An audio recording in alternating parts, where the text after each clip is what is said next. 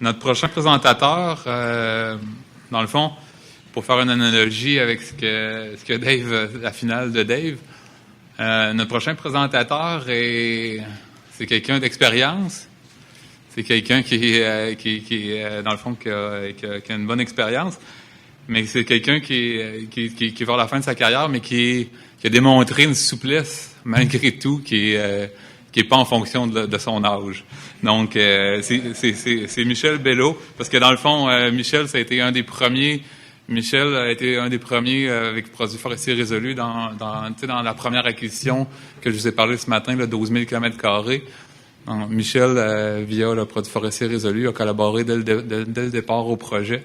Il y a eu sans cesse des apports d'idées, apports de commentaires dans l'optimisation. Donc, ça démontre bien son ouverture puis sa créativité dans ces dossiers-là. Michel est surintendant chez Produits forestiers résolus. Il a travaillé depuis 1989 à ce jour pour PFR. Depuis 2007, il est surintendant à la planification opérationnelle et aux inventaires forestiers. Donc, j'invite Michel à présenter. Est-ce le pointeur ici? Celui-là? Oui. Okay. Bonjour tout le monde. Moi, je ne suis pas un spécialiste des présentations, mais je vais essayer de vous expliquer un peu ce qu'on fait un petit peu avec le LIDAR là, chez nous au Lac-Saint-Jean depuis dans le fond, fait que mon plan de présentation, c'est les premiers pas. Il faut apprendre à marcher avec ça. Nous autres, on n'était pas des spécialistes, mais on voyait quand même une opportunité pour les opérations forestières au niveau du LIDAR. Les premières expérimentations, ensuite de ça, les projets en cours et perspectives d'avenir. Au niveau des premiers pas, l'utilisation du modèle numérique de terrain et relief ombragé, dans le fond, c'est un peu ce que l'outil de base qu'on s'est servi. Nous, on le voyait comme de grande utilité pour les chemins. Permet de faire une prévalidation sur les tracés de chemin planifiés et d'apporter les premiers correctifs. Puis permet aussi de créer une couche de pente permettant de visualiser les cassés et les pentes abruptes afin d'identifier les zones de non-récolte. Au début, quand on planifiait au début, on se disait, on recevait un plan du ministère. Est-ce qu'on est capable d'exclure certaines zones qu'on sait qu'au niveau opérationnel, ils vont être difficiles à opérer? C'est ce qu'on a fait. On était capable de justifier, dans le fond, la non-récolte par la position des pentes. Une autre chose qu'on a faite aussi, c'est faire un lien entre les résultats de l'interprétation fine des photographies aériennes et les données LIDAR. Chez nous, on travaillait depuis 2007 avec de la photo fine pour être capable d'identifier le volume par hectare précis par essence et diamètre décimètre cube tige. C'est quelque chose qu'on avait développé depuis 2007 avec de la photointerprétation fine. Fait qu'on se demandait, est-ce qu'on est capable, à partir des LIDAR, de faire la même affaire, d'avoir le même produit? Donc, ça permettait de préciser le volume. Puis permet de mieux prévoir les livraisons aux usines. Chez nous, on prévisionne 5 usines de siège. Là-dessus, il y en a qui sont spécialisés dans le stud, dans le fond, les 2x4. Il y en a d'autres qui sont spécialisés dans le random, ce qu'on fait du 2x6, 2x8. Donc, être capable de démêler, par secteur, être capable d'identifier quelle usine va aller le bois qu'on va faire dans le polygone, c'était quand même important chez nous. Fait que ça, c'est quelque chose qu'on voulait, qu'on avait, puis qu'on se demandait si l'IDAR ne pouvait pas nous amener à avoir le même produit. Au niveau des premières expérimentations, on a validé, la première chose qu'on a faite, c'est valider le tracé de chemin planifié. Ce qu'on a fait, on sélectionnait un secteur sur lequel on avait déjà fait une planification de façon conventionnelle, avec les photographies aériennes et l'orthomosaïque, dans le fond, la cartographie. On a fait la validation, les modifications des tracés de chemin et à l'aide des données de LIDAR. C'est ce qu'on a fait par après. On est venu valider. Puis, finalement, on a fait une validation avec la réalisation terrain. Il faut qu'on ait fait les 3 étapes. On l'a planifié conventionnel, planification, LIDAR, puis une validation avec ce qui s'est réalisé sur le terrain. Ce que ça donne ici, dans le fond, c'est la première planification qui a été faite. Fait que vous voyez, dans le fond, c'est une planification qui avait été faite dans le temps qu'il y avait des crédits de chemin, parce qu'il y avait beaucoup de boucles, là.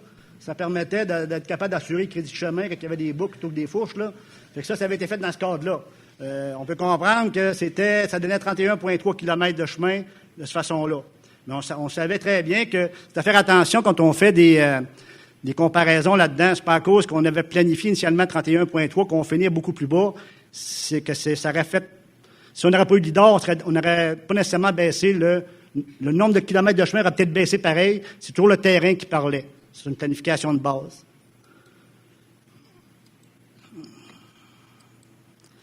Ensuite de ça, on l'a comparé on a refait une autre nouvelle planification avec le LIDAR. Dans le fond, ce qu'on a fait, on a repris le même territoire.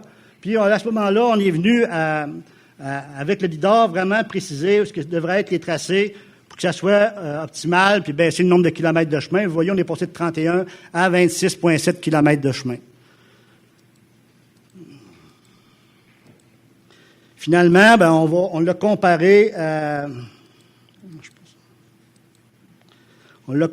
ce qui a été fait sur le terrain. Fait qu'on voit ici là, qu'on a fait beaucoup moins de kilomètres de chemin, mais souvent, c'est pas nécessairement parce que, comme ici, il y avait un chemin de prévu là, on l'a pas fait. Pourquoi? Parce qu'on a compensé le transporteur, on a demandé de faire un transport plus loin, on l'a compensé sur le coût du transporteur, parce qu'il n'y avait pas de matériel pour faire du chemin dans ce coin-là. Fait que, au lieu prendre des grandes distances, transporter du matériel, on est mieux compensé. Fait que ça, c'est le genre d'affaires. C'est pas nécessairement une règle là, qu'il faut faire à cause qu'on passe au LIDAR. C'est pas nécessairement.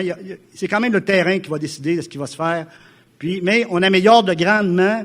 Ce qu'on améliore beaucoup, c'est le positionnement initial à partir de données LIDAR, le marchage des contremètres est de beaucoup diminuer avec ce produit-là. Ensuite de ça, les fichiers de forme des pentes, création de fichiers de forme pour les GPS, des équipements forestiers, abatteuses, transporteurs. Ça, c'est un autre projet qu'on a travaillé. Le fichier de forme présente des polygones avec des pentes de 30 et 45 et plus. Pourquoi? C'est des entraves à la circulation de la machinerie sur le terrain. L'idée là-dedans, c'est d'arriver à... C'est un outil qui est très apprécié par les opérateurs, puis permet de visualiser rapidement les obstacles liés aux pentes et aux cassés. Permet de prévoir les cheminements des polygones de récolte. Fait que ça, c'est bien important. Il y a énormément de pertes de temps qui étaient attribuées au fait que les gens laissent brancher sur un endroit qui ne va pas passer. Il fallait qu'ils reviennent se tasser. Ça, le fait de visualiser d'avance où on est capable de passer, c'est une énorme économie pour les opérateurs. Fait que ce qu'on a fait, on a créé des couches de pente 30 à 40, 30 à 45, 45 et plus. Fait que ce que ça donne, dans le fond, c'est ça ici. Fait que vous voyez ce qu'on fait, on crée des polygones. Les polygones de pente, la hachurée, là, étant la 30 à 45, les 45 et plus en rouge. Puis ça, ce qu'on fait avec ça, on met ça dans les GPS d'abatteuses. Fait que ce que ça fait, dans le fond, ça permet, on crée un point IMG, puis l'opérateur est capable de voir dans son bloc, quand il rentre ici, comment que je passerai là? L'endroit de passer, c'est là. Il va être capable de venir récolter son morceau, mais s'il ne veut pas se ramasser dans une pente, il sait que c'est par là que ça passe. Comme ici, il sait que le cheminement est ici. Fait que ça permet aux opérateurs, avant de commencer à récolter, quand tu te ramasses en avant d'une forêt qui a 15 à 20 mètres de haut, tu ne vois pas le terrain. Ça permet de le voir d'avance. Fait que ça, une fois que les opérateurs ont goûté à ça, là, leur enlever ça, on va se faire pendre. C'est officiel.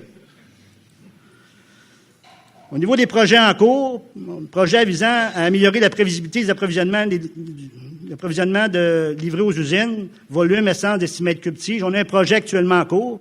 Puis là-dessus, on remercie gros Dave là, qui nous supporte dans ce projet-là. Mettre en lien, dans le fond, les données d'or, décimètres cubes tige et le volume par essence provenant de la cartographie AIPF. Moi, une de mes grosses questions qu'on avait le LIDAR, c'était de dire, j'ai toujours dit, le LIDAR, c'est bien le fun pour le diamètre, c'est bien le fun pour la hauteur, mais l'essence, elle demande. Puis pour nous autres, savoir comment de sapin qu'on va rentrer, à quelle période de l'année on va le rentrer, être capable de prévoir les temps pour nos séchoirs, dans le mois du mois d'août au mois de septembre, on va rentrer combien de pain gris, combien d'épinettes noires. Pour nous autres, ça reste très important en termes d'industrie. Fait ce qu'on a essayé, c'est de marier, dans le fond, la donnée de LIDAR avec AIPF, puis on a fait un projet sur 2015. C'est un projet réalisé de la récolte 2015-2016 pour 2 chantiers d'opération. Il y a un chantier localisé dans le sud, le secteur mélangé-feuillu, parce que je voulais voir si ça fonctionnait aussi dans le mélangé-feuillu. Puis on a un second projet qui va être fait dans le nord. Fait que si on regarde les résultats, on va comparer, dans le fond, les volumes d'inventaire 3e, ce qu'on avait avant, versus le volume total LIDAR et AIPF. Fait qu'on peut voir que il y a quand même une bonne différence sur le volume toute essence, là. Ici, entre les deux, là, je sais pas ce qui s'est passé là, mais on peut voir qu'il y a toute une différence, là. Puis ça, c'est 511 hectares là, qui ont servi à faire cette analyse-là. Ensuite de ça, on est venu comparer avec ce qu'on a réellement récolté. Puis on a estimé la matière ligneuse. Ce qui resterait à ajouter là-dedans, c'est la partie houppier, là, ici, qui n'est pas là, qu'on aurait pu rajouter là, pour essayer de la partie houppier qu'on ne transforme pas, qui n'est pas mesurée dans le VOR, qu'on aurait pu, dans le fond, qu'on pourrait rajouter, dans le fond, à la partie-là, pour voir si on se rapproche du volume qui vient de l'analyse LIDAR. Fait que l'écart, dans le fond, permet de voir que, ici, j'ai fait un écart sur l'inventaire troisième. On avait quand même des écarts importants, là. Quand même importante en termes de l'inventaire troisième. Puis, si on se ramène sur, j'ai fait la même comparable avec les données qui viennent de LIDAR, on peut voir que dans l'ensemble, là, on s'améliore. On reste quand même avec des écarts importants dans le feuillu. Mais comme je vous dis, probablement que j'aurais rajouté des houppiers à ça, j'aurais diminué cet écart-là, ce qui n'a pas été fait. Donc, les premiers constats démontrent l'amélioration des résultats pour le volume SEPM et total des données en provenance du LIDAR et AIPF. Les volumes par essence demeurent avec la variabilité, mais les écarts sont dans l'ensemble moins élevés. Fait qu'on comprend que dans le mélangé, moi je pense qu'il y a encore un petit travail à faire, mais moi je compare ce qu'on avait avant et ce qu'on a aujourd'hui, on a une bonne amélioration. Ce qui est beaucoup plus intéressant dans mon cas, parce qu'on coupe beaucoup de superficie dans le résineux, c'est l'analyse sur le territoire résineux. Encore une fois, entre le troisième puis le LIDAR, on voit que le troisième va surestimer un petit peu le volume par rapport à ce qu'on trouve dans AIPF et LIDAR. Ça, ce qu'on a, c'est ce qu'on a vraiment récolté. Fait qu'on peut voir que, ici, là, on vient de s'améliorer de pas mal. Moi, en tout cas, j'étais très surpris de ces résultats-là. Je ne m'attendais pas à ça. Là, peut-être que c'est un addon. On va continuer l'analyse d'autres secteurs. Mais en tout cas, ça semble prometteur. Fait que les écarts sur le troisième décennal, c'est ceux-là. Puis si on a ceux-là avec les données LIDAR, bien là, écoutez, là, je suis en dedans de 1% sur le volume qui a été simulé, dans le fond, par Dave, versus ce qu'on a récolté en réel sur le terrain.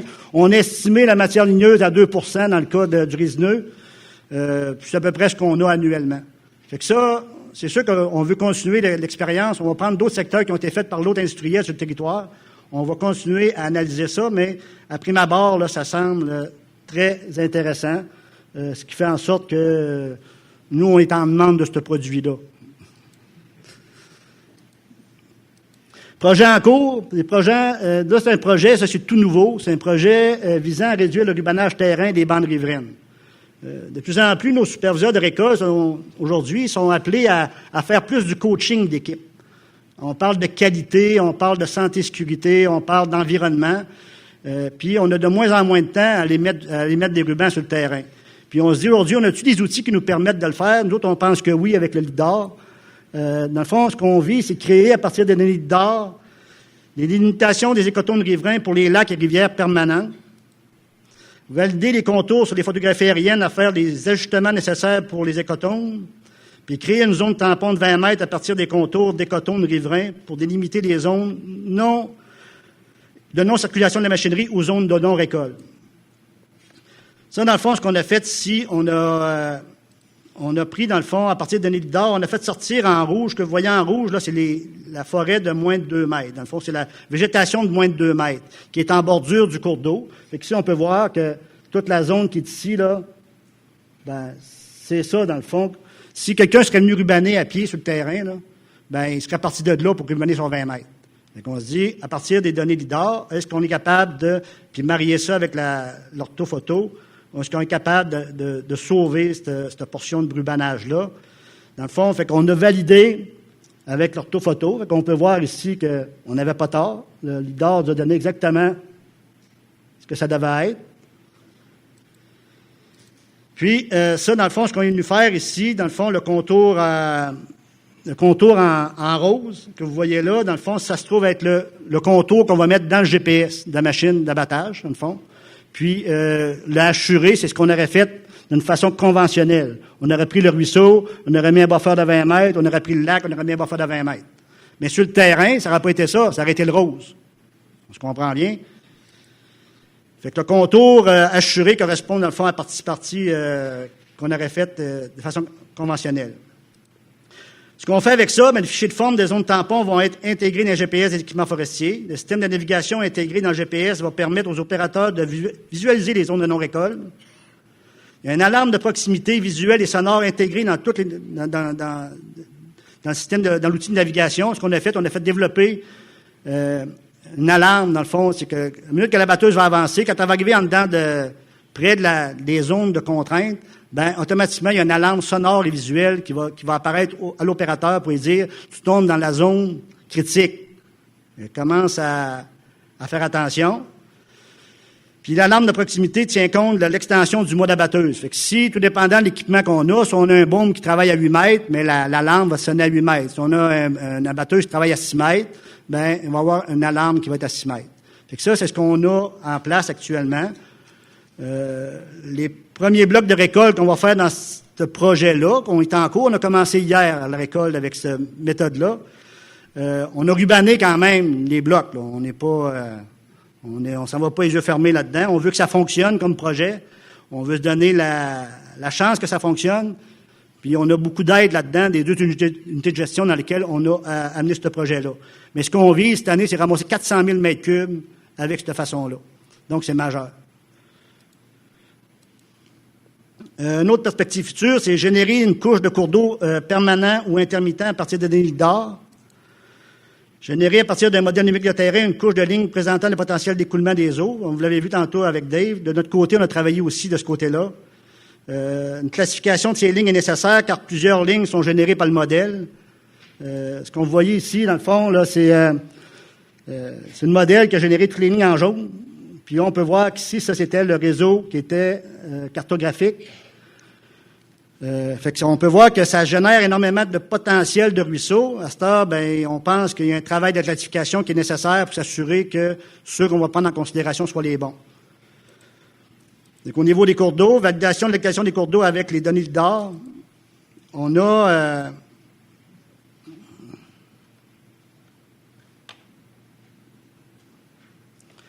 fait ici, dans le fond, on a envoyé des gens rubanés ce printemps, qui ont été rubanés avant d'avoir le LIDAR. Puis les autres sont allés rubaner sur le terrain, le tracé en noir, dans le fond, il est parti ici du ruisseau, puis il s'est tassé de 20 mètres, puis il a tout rubané son contour. Donc on peut voir que le contour en violet, c'est le contour que le LIDAR nous donnait, versus le contour en bleu qui était la cartographie. Donc on peut voir que déjà, le LIDAR, on a amélioré de beaucoup le positionnement du cours d'eau. Fait que nous, à partir de là, si on reste ce contour-là, qu'on est sûr que c'est le bon, mais c'est sûr et certain qu'on va mettre ça dans la batteuse, puis on n'a plus besoin d'aller le rubaner. Avec ce qu'on a vu tout à l'heure, on pourrait directement le mettre dans la batteuse, puis se servir du sans-rubanage pour optimiser, dans le fond, diminuer la tâche des superviseurs de récolte. Validation de l'allocation des cours d'eau, cartographiés générés avec les non cartographiés générés avec le LIDAR. Encore une fois, souvent, sur le terrain, on retrouvait, lors de l'opération, des ruisseaux qui étaient non cartographiés. Ça, encore une fois, les gens sont allés rubaner ce printemps, avant qu'on analyse avec le LIDAR, puis ils avaient trouvé un ruisseau intermittent ici, là, qui avait été rubané, dans le fond. Fait que, ce qu'on peut voir là-dedans, c'est que le LIDAR nous l'avait généré, puis les gens sur le terrain l'avaient rubané pour la protection. Fait qu'on peut voir que déjà, ce qui reste vraiment à classifier, il y a du travail à faire là-dedans. Je pense pas qu'on s'en aille là-dedans, les yeux fermés demain matin. Il y a quand même un travail de validation parce que ça génère beaucoup de ruisseaux, mais avec le temps, puis s'il y a beaucoup de gens qui participent à ce développement-là, on devrait arriver à quelque chose. Nous, ce qu'on vise actuellement, c'est qu'à partir des ruisseaux intermittents qui vont être générés par les modèles, c'est d'envoyer le contre-mètre avec le marché, pas à le rubaner. Parce qu'actuellement, on rubane 8 mètres chaque côté.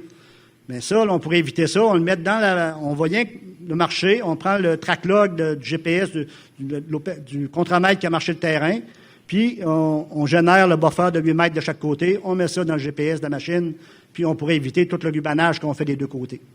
Fait que ça, c'est vraiment là, des applications qui sont axées sur l'opération forestière. Moi, ça fait pas mal le tour de ce que j'avais. Dans le fond, je viens de passer les objectifs qui sont poursuivis par le travail sur les cours d'eau.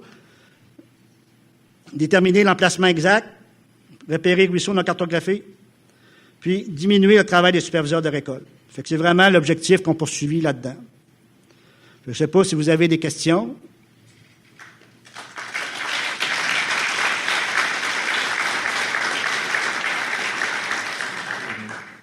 On On a à peu près 5 minutes de questions. Ce que je pourrais juste dire avant les questions, c'est que ce travail-là, je pense que c'est entre autres là, sur les contours, dans le fond, l'évitement du rubanage. Je pense que c'est un des projets qui risque de regrouper pas mal d'industries, que ce soit dans le feuillu, dans le résineux. Je pense pas qu'il y ait une industrie qui dise moi j'y crois au rubanage puis je veux continuer à en faire. Fait que c'est un élément d'intérêt qui peut être porteur. Oui. Quel type de GPS vous utilisez dans vos abatteuses pour faire le suivi de ça? Est-ce que c'est les targets standards ou vous allez vers des GPS un peu plus haut de gamme? Ben, dans le cas du projet sans rubanage, avant, on était sur des GPS 421, des GPS marins 421. C'est ce qu'on avait dans tous nos équipements, dans le fond, autant transporteurs qu'abatteuses.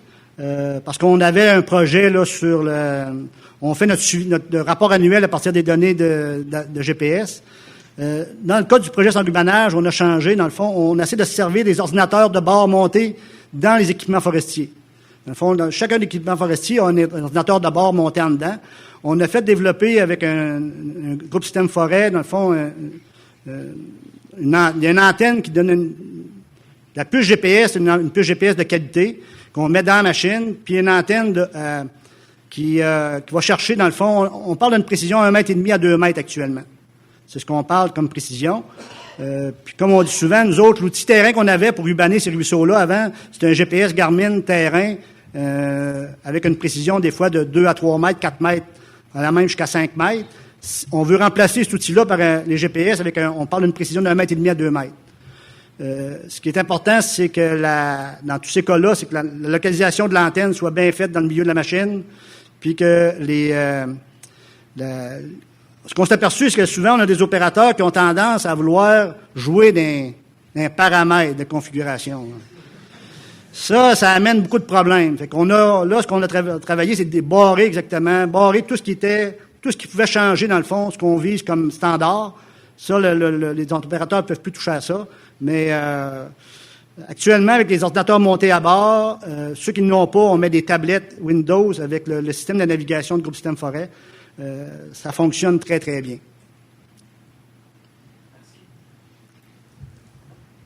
Oui. Excuse-moi.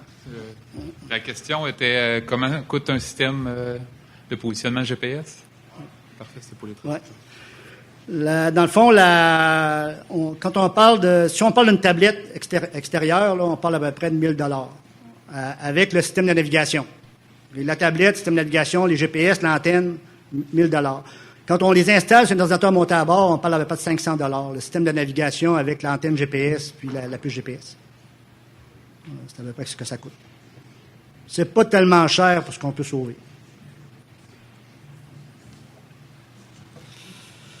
Merci beaucoup, Michel. C'est bon. Excellent. Vas-y.